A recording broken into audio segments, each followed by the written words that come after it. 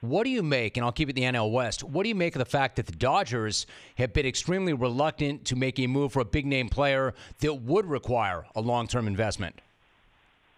Well, I think they can look at it and say, doing it the way they've done it, especially the last 5 years now under Andrew Friedman as their president of baseball operations, they've won 6 straight NL West titles, the last 4 under Friedman. They're the heavy favorites, even with a good Rocky team, to do it again.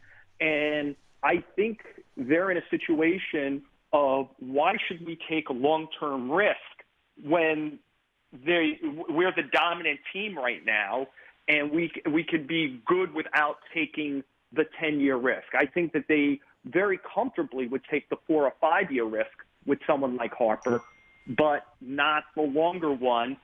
Now, the question is, what happens if he ends up in the division with the Giants, which I think is very possible? Because I've got to say this, Jim. At this point, if Bryce Harper wanted to be a Philadelphia Philly, he'd be a Philadelphia Philly. It seems pretty clear that they were the most aggressive early. They got to certain numbers maybe earlier than others.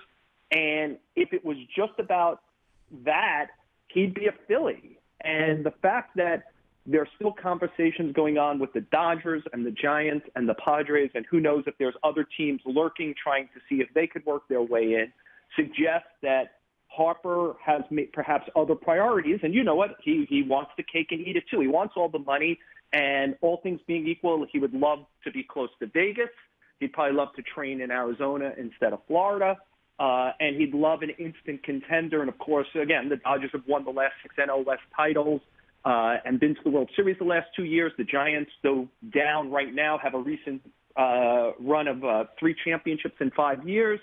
And so I think all things being equal, he would love to end up there with the money. The question is, what happens if the money's in Philadelphia and all the other lifestyle on-the-field stuff is on the West Coast? He's going to have to make that decision and really make that decision soon. I'm sure he doesn't want to give away all of spring training before he makes the decision. Joel Sherman, my guest, you laid that out for me perfectly. I mean, we're talking about a guy who's from Vegas. It would seem like there is an appeal to being in Los Angeles because he'd be near Hollywood. There'd be these great marketing opportunities. He'd be joining a team that went to the World Series each of the last 2 years. There's going to be a lot of money on the table, but not the years. So when you get right down to it, in your opinion, is there any way that he would take a shorter deal with all those advantages over that long-term deal with Philadelphia and all that money? Like, which way ultimately does he go? So, Jim, I would not sleep on the Giants here. The Giants have something in their muscle memory of remembering of signing Barry Bonds and changing the fate of the organization in certain ways. By doing that, they know that they're looking at a couple of probably lean years here, even if they added Harper, but Harper at least brings a star and something to build around going forward. So I'm not dismissing. If you told me today he's going to play with an NL West team over the next few years, I would bet the Giants over the Dodgers.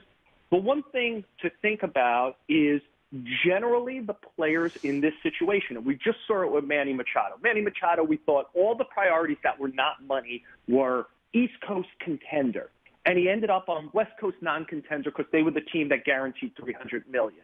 So it was another example of what did George Young, the old general manager of the football Giants, say? Every time they say it's not about the money, it's about the money. So usually whoever pays the most, offers the most guaranteed dollars gets the player.